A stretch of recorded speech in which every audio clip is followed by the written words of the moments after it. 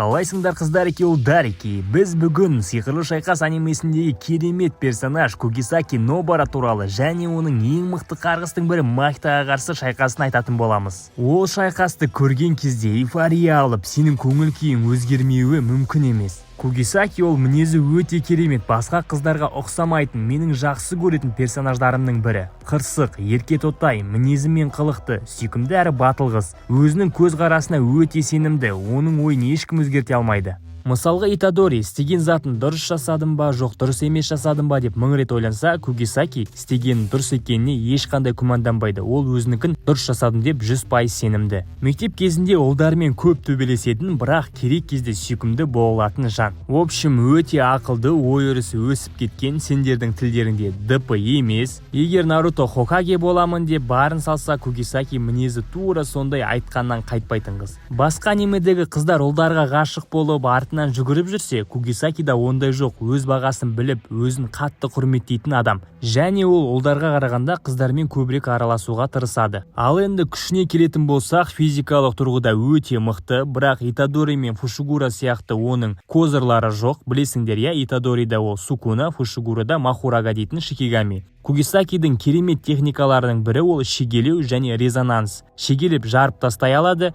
және вуду дейтін техниканы пайдаланып, қарсыластың бөлігі арқылы қуыршақпен резонанс техникасын қолданады. Мысалы, қарғыстың кез келген бөлігін жұлып алып, аяғы қолы болсын, оның қанын алып өзінің қуыршағына қойып, балғасымен шегесі арқылы вуду дейтін техниканы пайдаланып, қарсыласына өте қиын ауыр соққы береді. Ал енді ары қарай көрем десеңдер, бізде спойлер. 2-ші сезон Сибуя жанжалы, ол жерде Итадори мен Махито төбелесіп жатыр. Кугисаки Годжо қамалғаннан кейін басқа 3 адамнан тұратын топпен перденің ішіне кіреді. Ол жерде Годжоны жеңген соң қарғыстар адамдарды қырып, өлтіріп, быт-шыт болып жатыр. Кугисакидің топтан қалай бөлініп кеткені туралы айтпай қояйын. В общем, ол Итадори мен Махито төбелесіп жатқан жерге жақынырақ келеді. Махито Итадоридің психикасын бұзу үшін өзінің клонын жасап, адамдарды өлтіруге бұйырады. Енді Махито екіге бөлініп кетті, бірақ Итадори екіге бөліне алмайды ғой. Сол себепті Итадори Махитоның шын денесімен төбелесіп қалады, ал екінші денесі адамдарды өлтіріп, ары қарай жүгіріп қашып кетеді. Сөйтіп, Махито адамдарды қырып келе жатқаннан кейін оның алдынан біздің сүйікті де сүйкімді сылқым қызымыз Кугисаки шығады. Кугисаки Махитомен төбелесіп жатқан кезде Итадоридің әңгімесінен оның кім екенін түсініп қояды. Ал Махитоның техникасын білесіңдер, ол қолмен төбелесіп жатқан кезде адамдарға қол тисе, жанын өзгертіп, жарып тастай алады. Бірақ Итадориға оның техникасы өтпейді, өйткені оның ішінде Сукуна бар.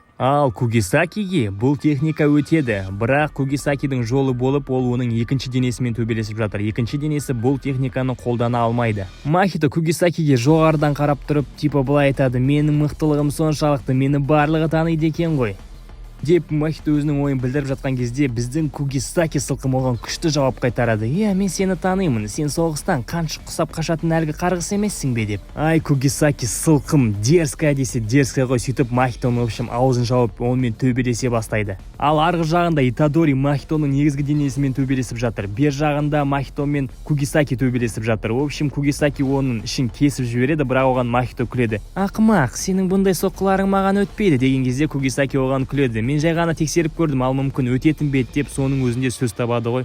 Керемет, ұнайды маған осы Кугисаки. Бір уақытта Кугисаки Махитоға шегелерін атқылап жара бастайды және аспанға қарап қалған кезде Кугисаки үстінен шығады. Оған абыраңдап қалған Махито не істерін білмейді. Сол уақытта Кугисаки оған шегелерін қадайды. Шегелерін қадағаннан кейін резонанс техникасын қолданады, бірақ Махитоға түк болмайды деп ойлаған негізі Кугисаки. Алайда ол денесіне түк болмаған, ал негізгі Итадоримен төбелесіп жатқан Махитоның ішінен шегелер атқылап шығып оны жарады. Бұны көрген Итадори қатты қуанып кетеді, өйткені ол түсінді ар жақта Кугисаки төбелесіп оған техникасын қолданғанын. Екінші денесіне түк болмағанымен Кугисаки негізгі Махитоның энергиясын және оның қиналғанын сезеді. Итадори ішінен Кугисакиге рахметін айтып, өзі қиналып жатқан Махитоға соққыларды жаудыра бастайды.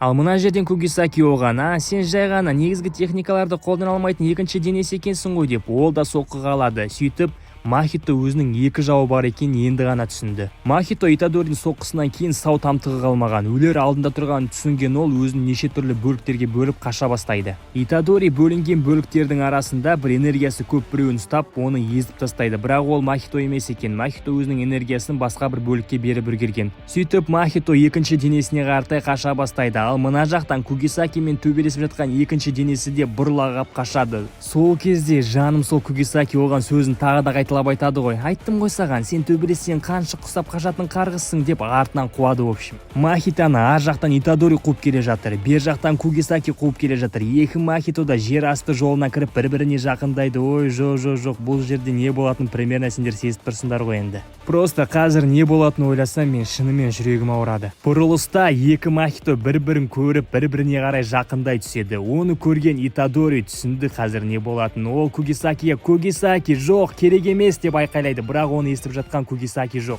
Екі Махито бір-біріне жақындаған кезде қосылмайды. Негізгі Махито Кугисакиге қарай жүгіреді, ал екінші Махито Итадориға қаратай: Кугисаки, пожалуйста, жаным сол, қашып кетші. Ай, білмеймін, автор қазір мені жылатайын деп тұр ғой. Бұл жерде Кугисакиде уже қайтарға жол жоқ. Ол Махитомен кездесті. Махито оған былай дейді: Нанамидің жанын бірнеше соққымен өзгерте алмадым, ал сенің жаныңа не болады екен? Ар жақтан Итадори Махитоның екінші денесін бір соққымен жойып, соларға қарай жақындап жүгіре бастайды. Өкінішке орай Махито бір қолымен Кугисакидің жарты басына қолы тиеді. Адам өлер алдында бүткіл өмірі көз алдынан өтеді дейді. Оны флешбек деп атайды. Дәл сол секілді флешбек қазір Кугисакида болуда. Ол өзінің бұрынғы Токиодан келген досы Саоримен тәттілерді жеймін деп армандаған қалаға келіп, сол арманын орындай алмай қалғанына өкініп жатыр. Және өзінің мінезімен көп жерде достарына қатыгез болған үшін Итадоридан кешірім сұрап, басқаларына жеткізуіне сұрайды. Жоқ, мен көзіме қазір жас келіп жатыр. Автор, пожалуйста, өлтірмеші бұл персонажды. Білмеймін енді ары қарай не болады екен онымен. Бала кезіндегі қылықтарын есіне алып, в общем, қалай ойнағанын, кіммен қалай дос болған, барлығы көз алдынан өтеді. Бірақ соңында өздеріңіз түсінгендей Махитоның бір бетін жартысын жарып тастайды. Көзі беті жоқ Кугисаки жерге құлайды, дәл Итадоридің алдында. Бұны көрген Итадори шок болып қатып қалады.